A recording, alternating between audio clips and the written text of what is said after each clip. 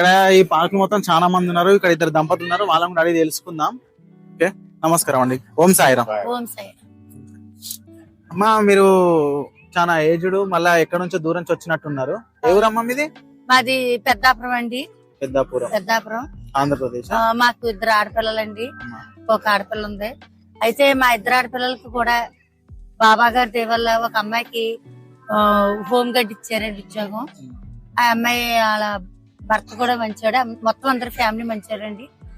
రెండో అమ్మాయి విషయంలో అయితే ఉద్యోగం వస్తుందని బాబాని అడిగి రోజు గుడికి వెళ్ళి సచరిత్ర శిరస మీద పెట్టుకుని రోజు వెళ్ళి వద్దానండి. వెళ్ళి బాబా మా పరిస్థితి బాగాలేదు ఏంటి అని అడిగితే, అలాగే ప్రతి నిత్యం వెళ్ళి బాబా గారు సచరిత్ర వెళ్ళి సచరిత్ర చదువుకుంటూ గుడి దగ్గరికి వెళ్తే బాబా గారి పుణ్యం అంట స్టేట్ సెకండ్ లో వచ్చిందండి మా అమ్మాయి.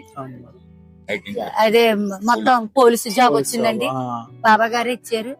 తర్వాత నాకు ఎన్ని పోసండి రైలు నుంచి పడిపోయానండి. నేను మిలిటరీకి వెళ్తా రైలు నుంచి పడిపోయానండి. ఎన్ని పోస 3 లక్షలు అడిగారండి డాక్టర్ గారు. ఆపరేషన్ ఫ్రాక్చర్ అయిపోయిందండి.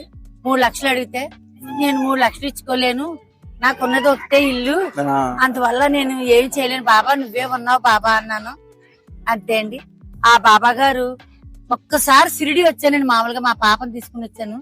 సిరిడి వచ్చి దర్శనం చేసుకుని టీ తాగి మామూలుగా నా అంతటా నేను లేచిపోయానండి. వెళ్ళిపోతారన్న ఉద్దేశంతో లేచానండి. అందరూ అన్నారు ద్వారకా ఉంది అన్నారు. నాకు ఇక్కడ తెలియలేదు అన్నాను. అక్కడి నుంచి అంటే అన్ని మొత్తం ద్వారకా అన్ని తిరిగానండి. ఇలాగే కొన్ని సమస్యలు వచ్చినాయండి. స్థలం విషయం వచ్చిందండి నాకు. నా స్థలంలోని చుట్టుపక్కల అందరూ దెబ్బేశారండి. దెబ్బెత్తే బాబాని పడి ఏడ్చానండి. ఇప్పుడు కూడా నాకు రావాల్సింది ఉందండి, బాబా ఇస్తాడు, నాకు నమ్మకం ఉందండి. ఎప్పటికప్పుడు ఏడుతున్నానండి, బాబా నాకు స్థలం ఎక్కలేదు, నేను ఇలా బాధపడుతున్నాను ఆడపిల్లలతోనే అంటే, ఉద్యోగమే కానీ ఉద్యోగం ఇచ్చాడండి బాబా, నా ఎన్నిపోసి ఇచ్చాడండి, నడుస్తున్నాను ఈ రోజుని. అదే విధంగా నా స్థలం కూడా వచ్చిందండి. నన్ను మోసం చేసిన వాళ్ళ మట్టుకి దేవుడు ఊరుకోలేదండి. బాబా గారు ఏదో ఒక రూపంలో నాకు, ఏదో ఒక టైంలో నాకు బాబా స్వప్న రూపంలో కానివ్వండి, నిజ రూపంలో కానివ్వండి, నాకు అలా దర్శనిస్తానే ఉంటారండి ఆయన. ఆ బాబా వల్ల నేను చాలా లాభాలు కూడా పొందానండి.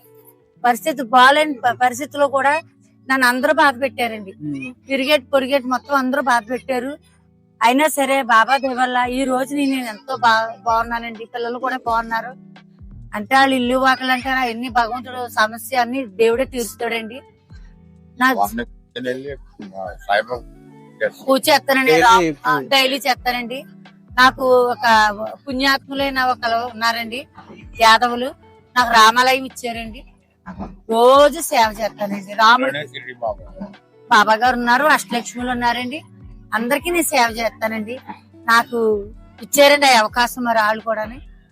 ఇది ఎన్ని సంవత్సరాల నుంచి మీరు నమ్మడం మొదలు పెట్టారంటే? బాబా గారినండి దగ్గర పూర్తిగా అయితేనండి. ఓసారి తెలియని టైంలోనండి నేను మిలిటరీకి వెళ్ళానండి. వెళ్ళి కొబ్బరికాయ ముక్కలు కొట్టి చేసి, ఈ ముక్కలు బాబా పక్కన అల్లా వాళ్ళు ఉన్నారండి, అదే ముస్లింస్ ఉంటే అక్కడ చూశాను. బాబా నిజంగా నీ సచ్చి ఉంటే ఈ ముక్కలన్నీ అయిపోవాలి అన్నానండి. అదే టైంలో నీ స్కూల్లో పిల్లలు అందరూ వచ్చేయండి, ఆ ముక్కలన్నీ పట్టుకుని వెళ్ళిపోయారు. నాకు కూడా లేకుండా ముక్కలన్నీ తినేసారండి. అదే అప్పటి నుంచి అండి. తర్వాత మా పిల్లల్ని తీసుకుని వెళ్ళానండి. ఒకసారి కాకినాడ వెళ్ళామండి, అదే ఉద్యోగం నిమిత్తం వెళ్ళామండి. వెళ్తే పిల్ల కనబడలేదండి. కనబడకపోతే ఏడ్చాను. ముగ్గురు వచ్చాము బాబా, ముగ్గురు వెళ్ళిపోవాలి ఇంటికి అని దండం పెట్టానండి. అంతే అండి. పిల్ల అంటే నా పక్కనే ఉందండి, పిల్ల ఉన్నదండి. ఆ రోజు నుంచి ఈ రోజు వరకు కూడా నేను బాబా గారిని దగ్గర ఆ అమ్మాయికి 9 సంవత్సరాలు అయిందో 10 ఏళ్ళు అయిందో ఉద్యోగం వచ్చి కనకదుర్గకి 14 సంవత్సరాలు ఎడవకుండా బాబా పాదాలు నేను సేవ చేసుకుంటున్నాను. ఆ బాబానే నమ్ముకున్నాను. బాగున్నాను.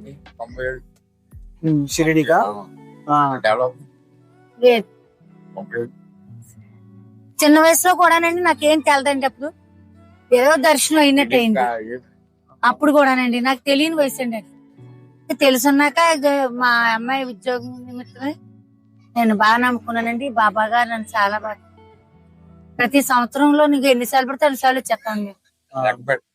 లెక్కలేవు. సంవత్సరానికి 2-3 సార్లు వస్తామండి. 2-3 సార్లు 4 సార్లు 5 సార్లు వస్తామండి. కనీసం 4 సార్లు సంవత్సరానికి. ఇప్పుడు ఎలాగానే రిజర్వేషన్ చేయించేసుకుంటా ఉంటాం.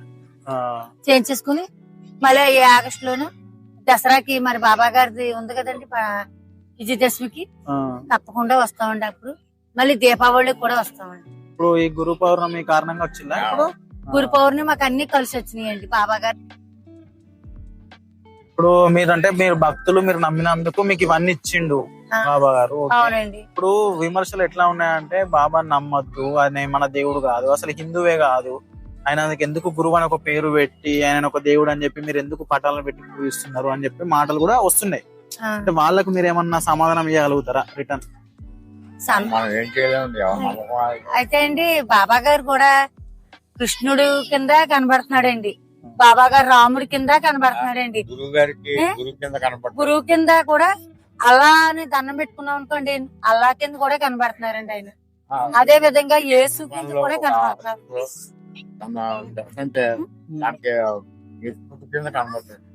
అయితే అండి ప్రభు అయినా అల్లా అయినా రాముడైనా కృష్ణుడైనా ఒక్కడే భగవంతుడండి. ఆయన ఎక్కడ సడు సత్యం మానలేదండి, అదే సత్యంగా ఉందండి. అందుకని మనం జై శ్రీరామన్న ఆయనే, రాముడైనా ఆయనే, అల్లా అయినా ఆయనే. మనం ఎమర్జెన్సీ మన దైవాన్ని సరిపోతుంది.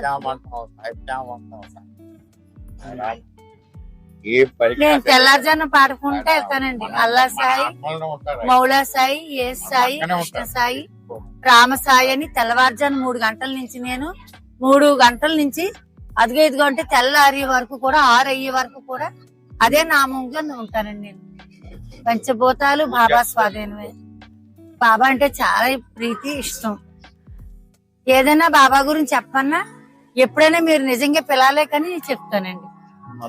తప్పకుండా కష్టాలు తీరినండి. బాబా గురించి ఇంకా చెప్పి ఎన్నో ఉన్నాయండి, మీరు నమ్మలేని నిజాలు ఉన్నాయండి. అవి చెప్పినా మీరు వినలేరు. అదండి సత్యత చదువుతాను, భగవద్గీత చదువుతానండి, అల్లా ప్రార్థన చేస్తాను. నేను ఏది మానండి. అందుకని సర్వంతర్యామి నేనే అన్నాడు కదండి ఆయన. పురాణంలో కొన్ని విషయాలు చెప్పారు, బైబిల్లో కొన్ని వాక్యాలు చెప్పారు, మన భగవద్గీతలో 18, 12, 16 వాక్యాలు చెప్పారు, శ్లోకాలు చెప్పారు. సర్వంతర్యామి కదండి, మనం విమర్శించడానికి లేదు కదండి దైవాన్ని. ఎంతసేపు మనుషుల్లోనే కొట్టుకుంటున్నారు తప్ప కొట్టుకుంటున్నారు, కొట్టేసుకుంటున్నారు. కానీ కొంతకాలానికి వాని యొక్క బాధను బట్టి ఆలోచించుగా బాబా గారు కూడా అల్లా ప్రార్థన బాగా చేస్తారు. ఆయన కూడా చాలా శక్తివంతుడే కదండి అల్లా. మరి అల్లా అంటే అందుకుని నాకు అల్లా ప్రార్థన చాలా ఇష్టం. అదే విధంగా రాముడు సేవ చేస్తాను, అదే విధంగా కృష్ణుడికి కృష్ణనామం చదువుతాను, భగవద్గీత, సత్యచరిత్ర మానం. నేను ఏది మానండి, అన్ని చదువుతాను. మీరు ఏది ఇచ్చినా నేను చదువుతాను.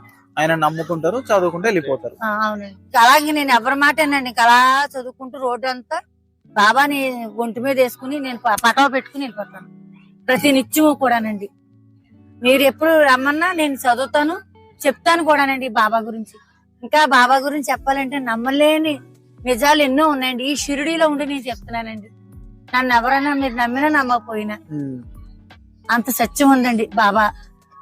ఎక్కువగా నిదర్శనం అండి ఈ కలియుగంలో ఈ షిరిడి బాబా గారి నిదర్శనం ఎక్కువ ఉన్నదండి. సత్యధర్మతత్వము, రాముని అవతారము. నేను అన్ని చోట్ల ఉంటున్నారండి ఆయన, లేని చోట్లేదు. నేను షిరిడీలోనే కాదు అన్ని చోట్ల ఉంటానన్నారండి. అదే ఇప్పుడు మన ఇంటి దగ్గర కూడా ఆయన మన దగ్గరే ఉంటున్నాడండి ఆయన. ఇంతకంత నిదర్శనం ఏముందండి.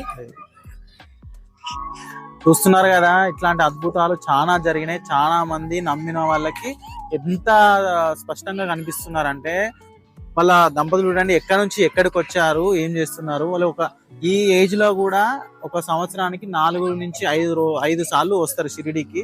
ఇంతకంటే నిదర్శనం ఇంకేం కావాలి? ఎందుకు ఇలాంటి రూమర్స్ వస్తున్నాయి అనేది మీకే అర్థం కావాలి. ఇప్పటికైనా తెలుసుకోండి. సప్తమాలిక్ ఏకే అన్నాడు. ఆయనని ఎట్లా మొక్కినా ఎట్లా కొలిసినా అక్కడ అతనే కనిపిస్తాడు. మీరు ఆయన నమ్మండి, మంచి జరుగుతుంది అని చెప్తూ ఉన్నారు. ఓం సాయిరాం.